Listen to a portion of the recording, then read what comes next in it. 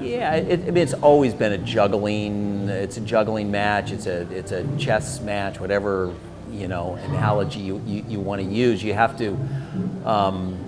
Yeah, I feel like my role is to. It's a festival. It's festive. You want people to be happy and entertained. Yet it's also jazz. I figure most of the people are there because they're interested in creative music. They're interested in being challenged a little bit. So I feel like there's a responsibility to present new music, artists that they haven't heard. So, and try and keep the tent kind of wide open, yet still keep this really focused. As I'm always proud when artists or people will tell me, well, Monterey is still a real jazz festival.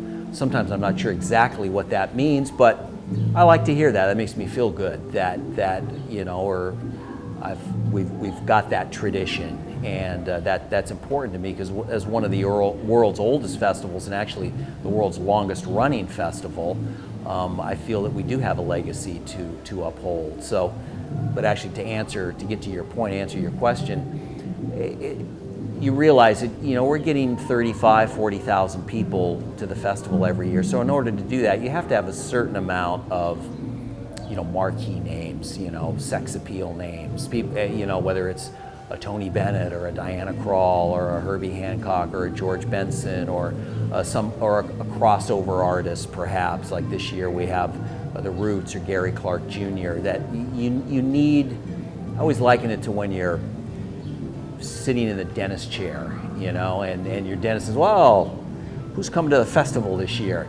And if you say Tony Bennett or Diana, oh, great, fantastic. But if you say some more obscure name, it's like, oh yeah, well that sounds good, have a good time, So you need a little bit of that cachet that's going to sort of catch mainstream audience's attention. And then from there, I feel like then you can really kind of play around and get creative and work with our artists in residence and our commission artists and our showcase artists to really do some, amazing and creative things. So kind of start from trying to lock down a few of those big names that are really going to have that general appeal, and then work on all the creative projects that are always kind of going through my head, and who I want to work with. And I mean, obviously I have my own point of view musically of what are my favorite artists and my favorite styles, but I try and keep a really open mind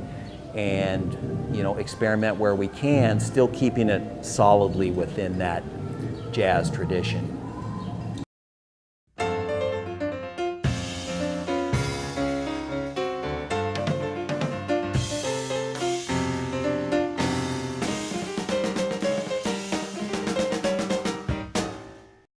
This is Tim Jackson from the Monterey Jazz Festival and Kawumba Jazz. For more interviews like this, you can go to jazztimes.com.